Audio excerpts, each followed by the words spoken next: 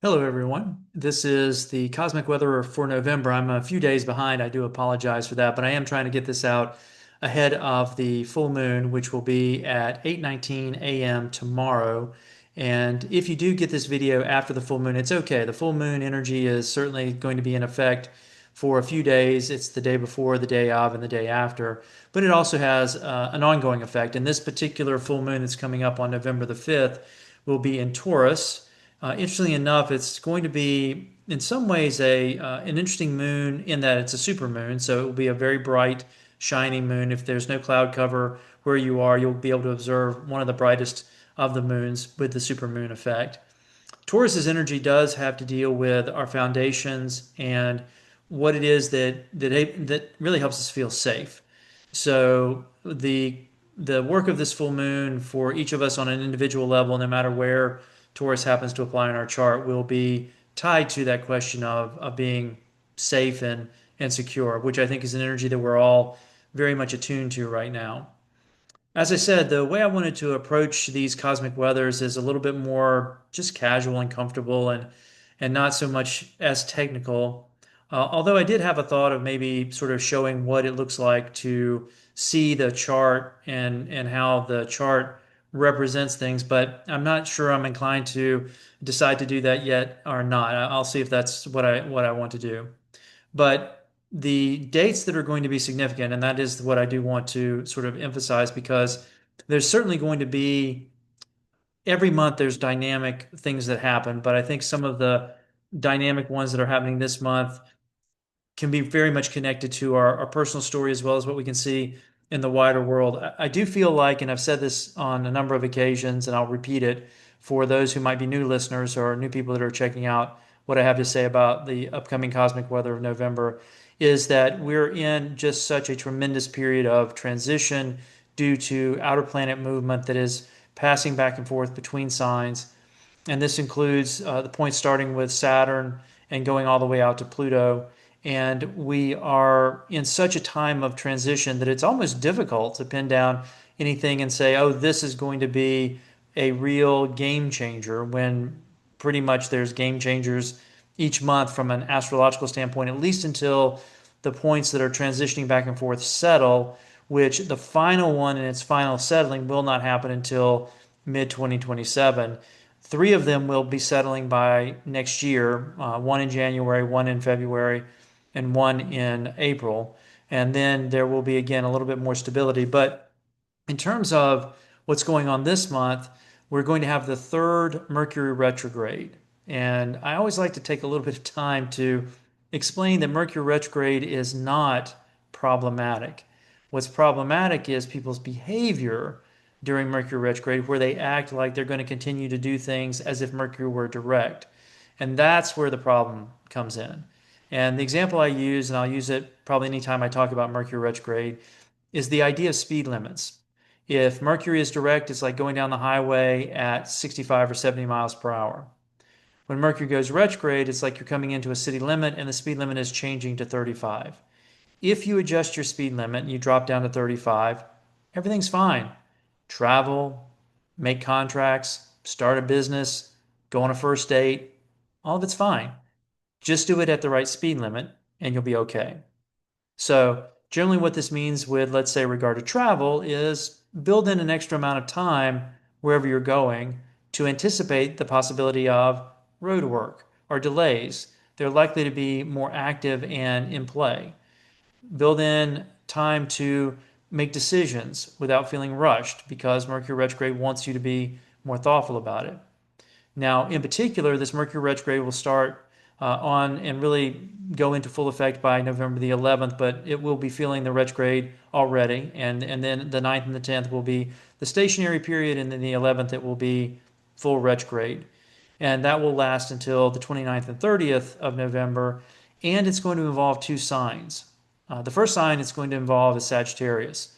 Now, Sagittarius is directly connected to travel. So I know that there have been a number of news stories about delays and difficulties with regard to air travel. I don't think that that's going to diminish anytime soon. I think we'll actually see that probably increase in some ways as a result of this particular retrograde, mainly because people will still want to travel without taking it into account.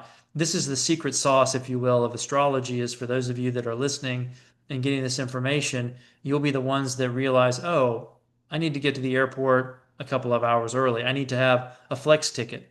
I need to anticipate what would happen if there is a delay so that I'm not upset, I'm not frustrated, I'm not taken by surprise. So this is really why I do the cosmic weathers, is to give people a heads up of things.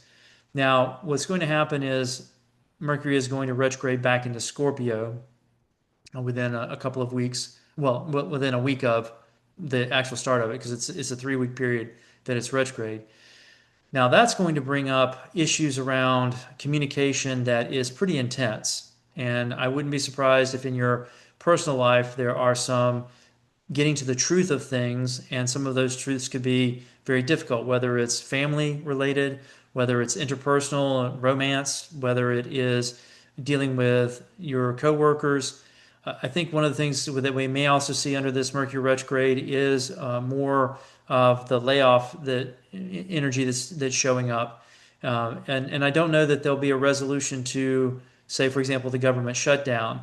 Now, the retrograde could get people to make a review. Maybe there could be some effort that does transition it. If it did happen under the retrograde, it would just sort of be a realization that there needs to be some restoring of steadiness or stability. But unfortunately, along with Mercury going retrograde on the 7th of November, Uranus is going to go back into Taurus, and that's going to continue the wave of disruption that we're experiencing in daily life. And it will spend its last period of time in Taurus until late April of 2026. So again, I think what we're seeing at the front end of this, or in November, are some of the more embedded things that are going to happen, that are going to have an impact going into the holiday season, but also carrying over into next year. And the major transits, as I've stated, and again, it's difficult to have to point out that the transits that are involved are transits that we're connected to things like the Great Depression and major wars. So it is a difficult time, and I trying to understand that for myself and for the people that matter to me, but also to the people that are hearing this broadcast and sharing it with other people, is that we really do want to be very thoughtful about how we're taking care of ourselves and taking care of the people that are closest to us. And that, especially after this full moon with Uranus going retrograde back into Taurus, that's going to reintroduce the last phase of Uranus and Taurus. So a lot of the disruptions that have occurred, whether we're talking about something like Bitcoin being a disruption to the economic system, or we're talking about AI being a disruption to the employment of many people, whatever it is, these things will really settle in, and these disruptions, driverless cars, we start to see finally fleets of these cars being utilized in major cities, which is some of the things that is developing. The sort of establishment of what's going to be part of the new world will occur during this last phase of Uranus in Taurus. And then we're going to have another retrograde that's going to happen, which is going to be on the 13th of November, and that's Jupiter, which is currently in Cancer, will also go retrograde. And that energy is, again, a reflection on community, actually. Where is community for each of us? And where do we need to be in community? And while Jupiter deals with, again, travel, so the theme that's coming through for November does have to do with Sagittarius. Jupiter rules Sagittarius. We have Mercury going retrograde in Sagittarius. We have themes that are obviously dealing with energy that is associated with travel and actually even philosophy and belief. So beliefs are going to be challenged as to what we think our nation is about, what we think the world is about, down to the personal level. These are all things that are going to be activated within the month of November. And so the idea then is that we've got two events involving planets going retrograde. That'll be Mercury going retrograde, and that will also be Jupiter going retrograde. And then there'll be sort of a lull in terms of energy from an astrological standpoint from the 13th to the 20th. And the 20th is when we're going to have the new moon, and that's going to be in Scorpio. And not only that, but because of the degree that it's going to occur at, it's actually going to be in an opposition with Taurus, with Uranus and Taurus. So Scorpio opposes Taurus, and then we've got the new moon, and it's going to be at a degree that is directly opposite Uranus. And right on the heels of that, we're going to have it trining with Neptune, which is in Pisces, both of these being at 29 degrees, the new moon being at 28 degrees. So expect that that could be another very dynamic period. And the way I really want to think about it for any of you that are watching this is how it would apply on a personal level. So I do think there's going to be a lot of come to the truth, or a phrasing that's oftentimes used is having a come to Jesus conversation or a come to Jesus meeting. I think that's going to be a bit of the energy that we're going to feel around the 20th and 21st as a result. Now, in the wider world, we could see some shocks to the system, but I think we're just constantly seeing shocks to the system. So it's a little bit hard to say this shock will be better than, or greater than, or more problematic than previous shocks. They're just kind of rolling shocks right now. And then the thing that I think is going to be very personal for all of us is that Mercury, while it's retrograding back into Scorpio, Venus is actually in Scorpio, which means our relationships are going through a highly transformative experience. They're going to merge on the 24th. And that's going to, I think, be a period of time, the 2 or 3 days prior to it and the 2 or 3 days after it, where once again, a lot of intensity around communication in our personal relationships. And so, if there are any relationships that are needing attention at an in depth level, it's likely that that energy is going to be released during that period of time. And then at the end of the month, Mercury will go back direct in Scorpio, and then it'll make its way back to Sagittarius. It will be in the shadow period until it gets to the degree in Sagittarius that it went retrograde, which I believe is the fourth degree. So until it gets back to the fourth or fifth degree of Sagittarius, it's still in the large cycle of what the retrograde cycle happens to be. So the message really hasn't changed very much. I think when I check in with everyone and anyone that you decide to share this video with and think about what's astrology offering, this particular month I think is going to feel very, very personal, with the points being in the signs that they're in, and especially with the full moon being a Taurian full moon, but the new moon being Scorpio, but also that Scorpio new moon directly opposing Uranus in Taurus while it's in its last phase of Taurus. And we also have Saturn and Neptune from what I talked about in the previous video. I'll just bring up they're in their last period of time in Pisces before they enter into Aries and stay in Aries permanently. So it is a continuing period of transition, and really being able to find your stability and to find your center and to take care of yourself. That is going to be the theme that I'm going to repeat all the way through to the end of the year, and probably with cosmic weathers going into next year. But what's really happening with this month, because of Uranus going back into Taurus and Neptune and Saturn already being back in Pisces, is there's a lot of review and looking at things from the past, even the recent past, and realizing that the structures aren't holding. And what world do we see emerging when these points get into their next sign, especially since Aries is going to be involved, and it is going to be a pioneering energy. It's going to be an innovation energy, just because we'll have to have it that way.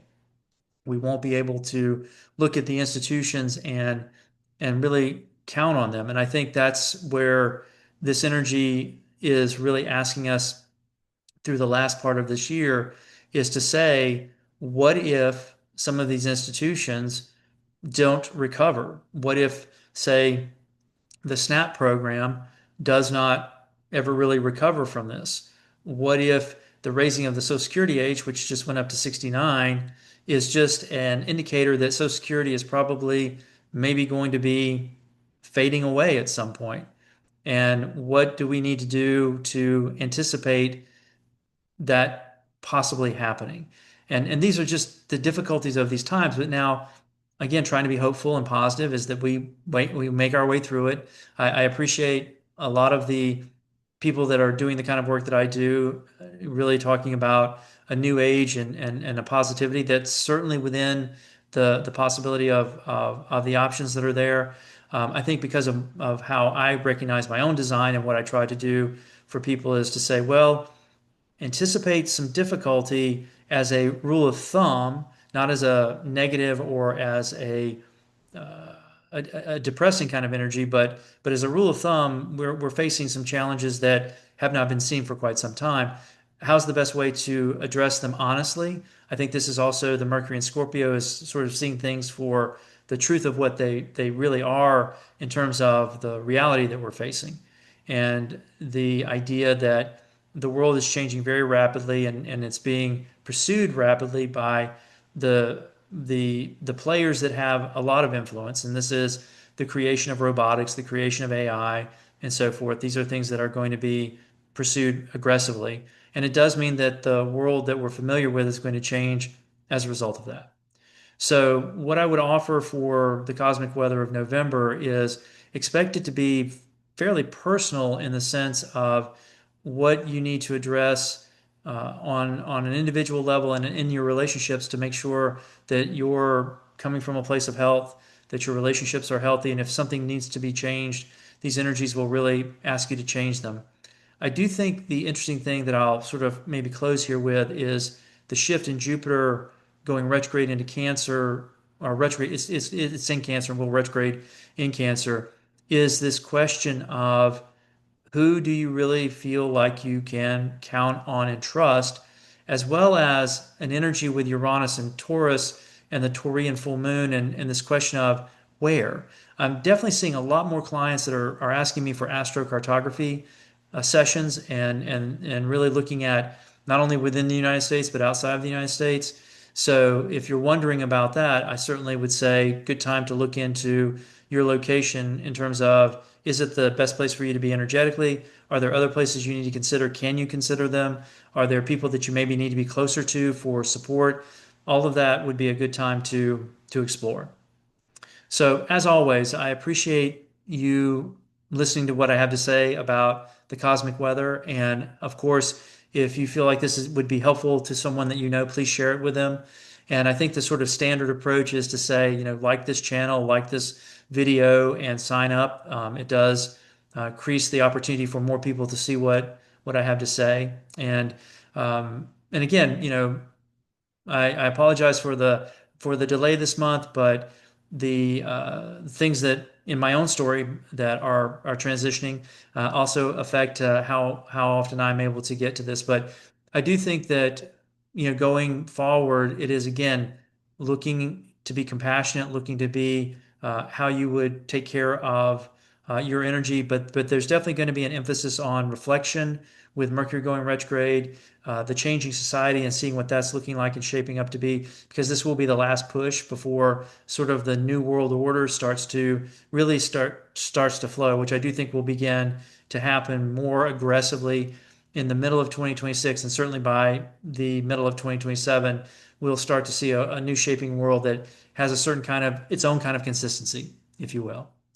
As always, take care of yourself, take care of the people that you care about, help people who you can help without putting yourself in any kind of jeopardy, and realize that the world is going through a lot of transformation that will have to happen regardless of what we would like it to be or what we hope it will be. It will be what it's going to need to be for humanity to continue to press onward. So have a great morning or evening, depending on when you're watching this, and stay tuned for next month's cosmic weather.